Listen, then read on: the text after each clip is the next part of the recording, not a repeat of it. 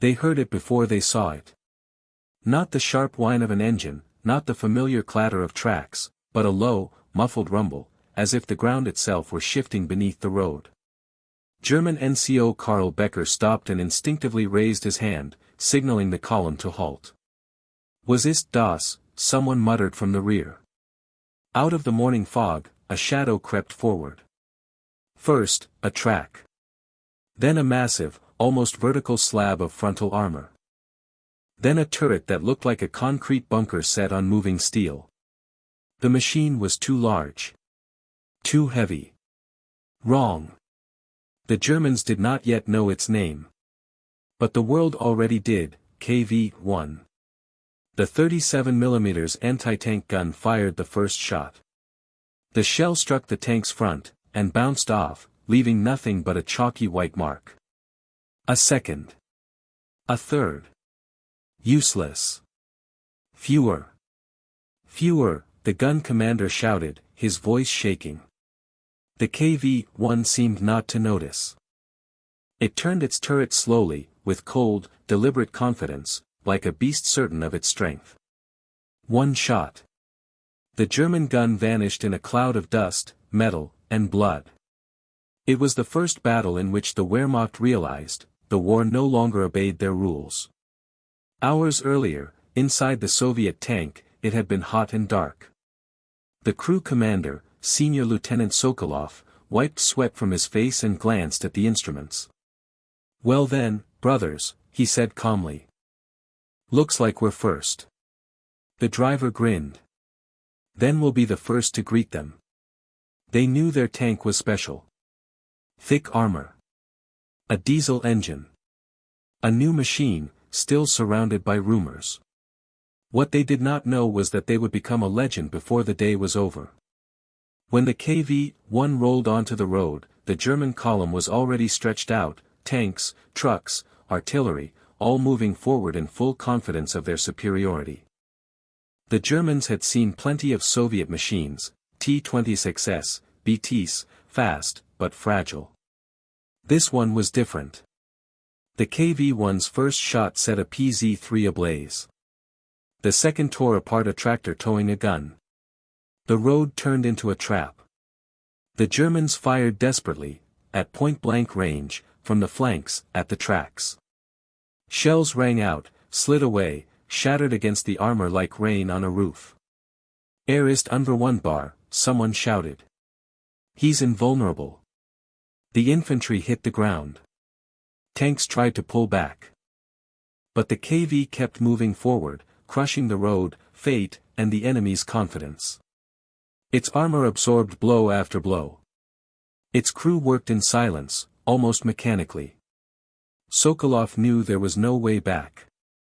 Each shot meant seconds of life. Each second meant time bought for others. By evening, the Germans no longer tried frontal attacks. They called for artillery. Searched for heavy guns. Sent reports to headquarters marked urgent. In those reports, for the first time, appeared the words: "New Russian heavy tank. Armor impervious to standard weapons. Special measures required." And the KV-1 was still there on the road. Alone. Blackened with soot. Alive. By evening, the road had become a graveyard of machines. Trucks burned where they stood. Knocked-out tanks smoldered in the ditches. The air was thick with smoke, cordite, and fear.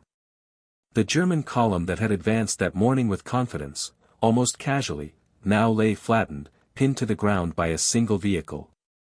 The KV-1 stood in the middle of the road, as if it had grown out of the asphalt itself. The Germans no longer fired blindly. They watched. Studied. Feared. Oberleutnant Müller, commander of a tank company, lowered his binoculars and felt a cold knot form in his stomach. He had seen the Soviet tank turn its turret, slowly, almost lazily. He had seen the dents in the armor, dozens of them. But not a single penetration. "This is impossible," he whispered. "It goes against all our calculations." He ordered the 50mm anti-tank guns forward. They fired from the flanks, aiming at the running gear. One shell struck the track. The KV lurched, stopped, and then moved again, as if shaking itself off. In response, its gun fired twice. Both gun crews ceased to exist. The infantry tried to get close after nightfall. Under cover of smoke, crawling through ditches and shadows. Engineers dragged bundles of grenades, mines, bottles filled with fuel. One of them nearly reached the tank side, and was crushed by a track without even having time to scream. Inside the KV-1, it was dark and stifling. "Ammunition's running low," the loader said curtly. "Conserve it," Sokolov replied. "Only sure shots." They were no longer counting destroyed targets. They were counting time. Hours. Minutes. How much longer they could hold. The driver reported every impact. Hit on the front. Turret. Rear. The armor held. At night, the Germans stopped their attacks. But the silence was deceptive. The KV-1 stood motionless like a sleeping beast, while darkness shifted and crept around it. A report went to divisional headquarters. Advance halted. One Russian heavy tank blocking the road. Heavy losses. 88 mm anti-aircraft gun required. By the time it arrived, dawn had broken. The 88 mm gun was deployed carefully, like a surgical instrument. The crew worked in silence. They knew, if this failed, then what they faced was no machine, but a curse. The first shot struck the KV-1's turret. The tank shuddered. Paint flaked from the interior. A lamp went dark. "Hit," Sokolov said calmly. The second shot hit the side. Metal groaned. The armor cracked, but did not give way. The KV fired back. Its shell obliterated the gun crew. The weapon fell silent. The Germans froze. They could not believe what they were seeing. "Air let knock," someone whispered. "It's still alive." But now the KV-1 could no longer move. The track had been badly damaged. It had become a fixed fortress in the middle of the road. And still, dangerous. The Germans understood one thing clearly: this battle would end up in textbooks. If they survived it. Morning came strangely quiet. No gunfire. No shouting. Only the crackle of burning vehicles and the occasional pop of ammunition detonating in the flames. The KV-1 stood motionless on the road like a wounded beast, yet no one dared approach it. The Germans expected a trick. Oberleutnant Müller stared at the tank and caught himself feeling neither anger nor fear, but respect. He had seen war. He had seen death. But nothing like this. "If it's still alive," he said softly, "it will fire." They decided to make absolutely sure. The 88 mm gun was brought forward again, almost to point-blank range. Less than 100 meters. The crew took their time, far too long for a battlefield, but no one rushed them. The shot rang out. The shell pierced the side of the KV-1. It did not bounce. It did not ricochet. It went in. Flames erupted inside the tank. Fragments tore through the fighting compartment. The radio went silent forever. Sokolov never had time to understand what had happened. The second shot struck the turret. Metal burst apart. Fire poured out through hatches and seams. The KV-1 shuddered, and went still. Silence settled over the road once more. The Germans did not fire for several minutes. Then a few more.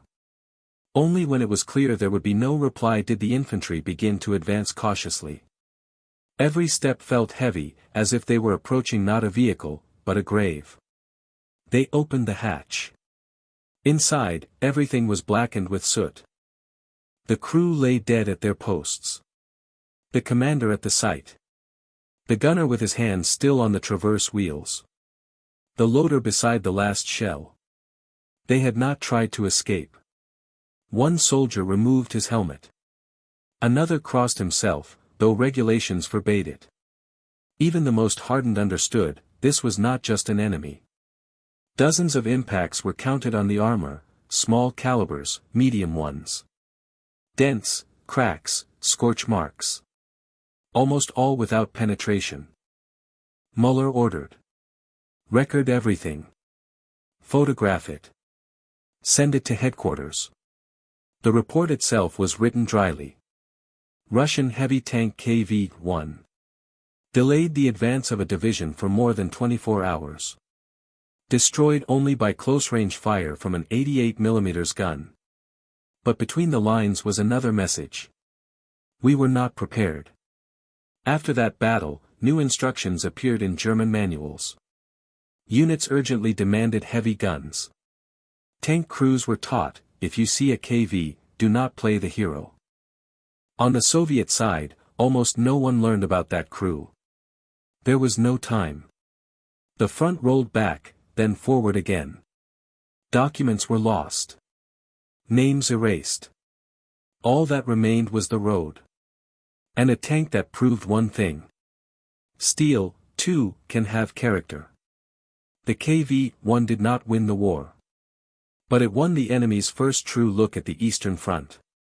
From that day on, the Germans no longer advanced with a smile.